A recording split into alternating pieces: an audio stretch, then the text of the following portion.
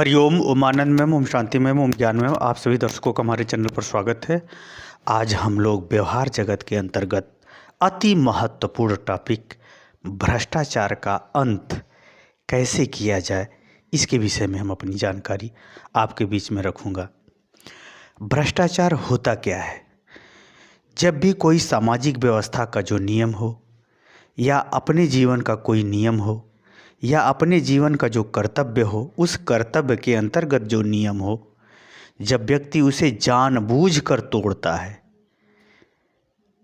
तो वह नियम, वह व्यवहार, वह व्यवस्था खराब होती है। उसी को क्या कहा जाता है? भ्रष्टाचार कहा जाता है। ध्यान रखिएगा, हर कर्म का अपना नियम होता है, हर अच्छे कर्म का अपना नियम होता है। उस नियम के अनुसार यदि व्यक्ति कर्तव्य करे तो उसे व्यक्तिगत रूप से भी लाभ होता है और उसका समाज को भी लाभ होता है, क्योंकि व्यक्तियों से ही समाज बना है।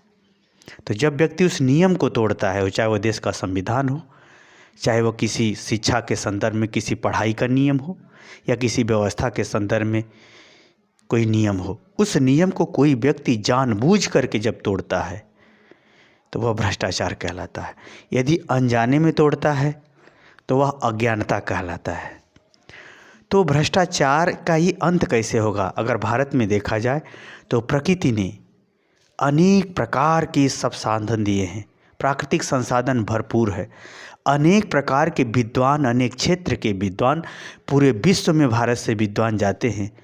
फिर भी भारत भ्रष्टाचार की सीमा में इतना ज़्यादा प्रवेश कर चुका है कि यदि अब सज्जन लोग इसके प्रति अपने विचार, भावना, व्यवहार को नहीं फैलाएंगे तो यह राष्ट्र के प्रति, मानवता के प्रति और इस देश के प्रति, देश के शहीदों के प्रति एक अपमानपूर्ण ही व्यवहार कर रहा है।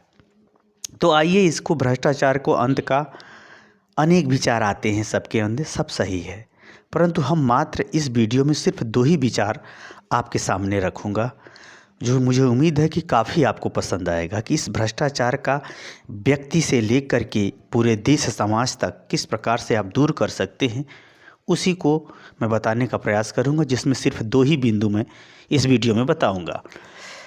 पहला अगर हम बात करें, ये बहुत चर्चित है, बहुत सिंपल है और बहुत प्रभावशाली है। बजट। बजट क्या होता है? अगर हम सरकारी बजट की बात करें तो सरकार किसी वित्तीय वर्ष यानी 1 वर्ष के लिए जो आय व्यय का ब्यौरा होता है वो बजट कहलाता है। तो भारत सरकार केंद्र स्तर पर बजट पेश करती है कि कहाँ कहाँ पैसा खर्चा हुआ, कहाँ कहाँ से पैसा आया गया। राज्य स्तर पर बजट पेश करती है, राज्य सरकार भी बजट पेश करती है। हमारे भारत में 3 स्तर पर शासन व्यवस्था है, केंद्र स्तर, राज्य स्तर और तीसरा है स्थानीय स्तर। तीसरा क्या है? स्थानीय स्तर। स्थानीय स्तर पर कोई बजट पेश ही नहीं होता, कोई बजट पेश नहीं होता। यानी ग्राम स्तर जिसको हम कहते हैं, गांव में क्या पैसा आया गया, कोई बजट पेश नहीं, कोई जानकारी ही नहीं।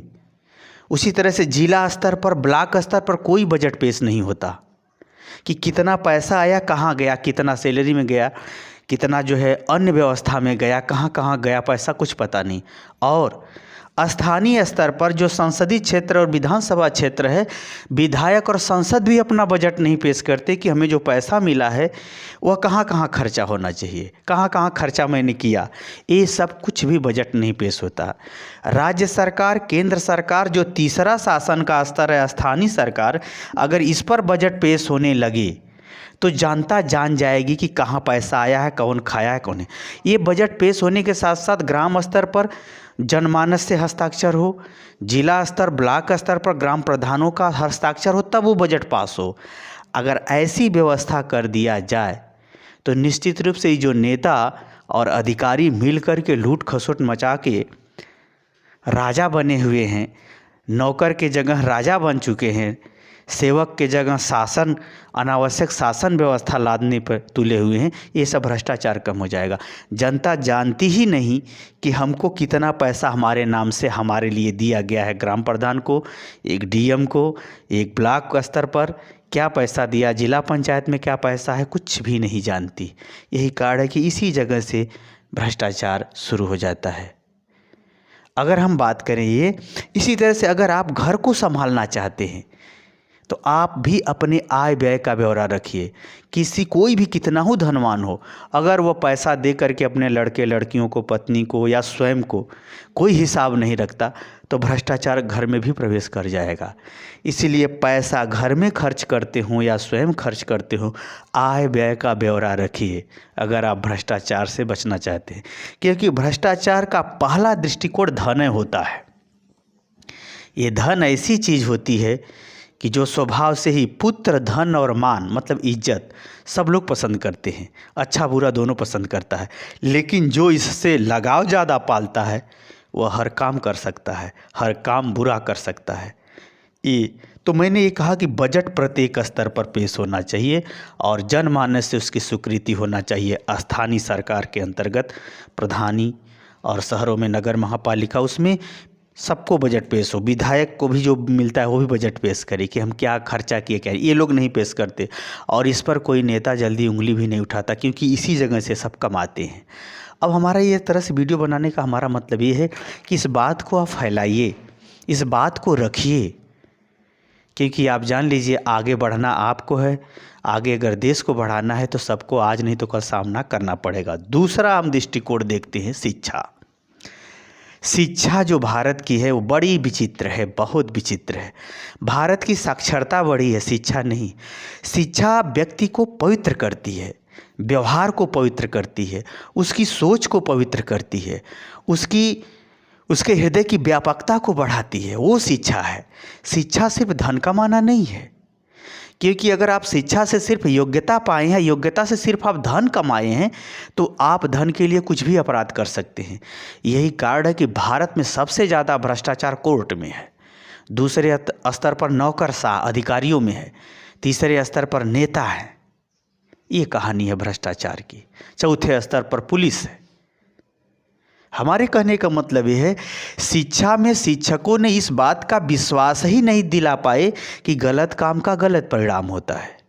अब जब आदमी को इस बात का डर खत्म हो गया तो वो समझिए कि जितना बड़ा ज्ञानी है उतना ही बड़ा सभ्य राक्षस है, क्योंकि वो अपने स्वार्थ और अपने धन के आगे, अपने वर्चस्व के आगे कुछ भी मटिया मेट कर सकता है। कुछ भी क्या कर सकता है, वो मटिया मेट कर सकता है, वो किसी को भी बर्बाद कर सकता है। यही कारण है कि बिहार से सबसे ज़्यादा अधिकारी हैं, लेकिन बिहार की ही व्यवस्था नहीं सुधरी, क्योंकि इस बात पर विश्वास ही नहीं कि गलत काम का गलत परिणाम होता है। वही हालत यूपी का, वही हालत जहाँ जहाँ भ्रष्टाचार ज़्यादा है वहाँ सबकी वही हालत है। तो शिक्षा ने इस बात को विश्वास ही नहीं दिला पाया कि गलत काम का गलत परिणाम होता है। शिक्षा ने इस बात का विश्वास ही नहीं दिला पाया कि लोभ में अयोग्यता सिद्ध होती है, लोभ के लिए व्यक्ति योग्य होकर भी राक्षस हो जाता है। यह बात का विश्वास ही नहीं दिला पाया, इस बात का संस्कार ही नहीं दे पाया। तो शिक्षा की सबसे बड़ी कमी ये है कि शिक्षा अपनी मौलिकता को छोड़ चुका है।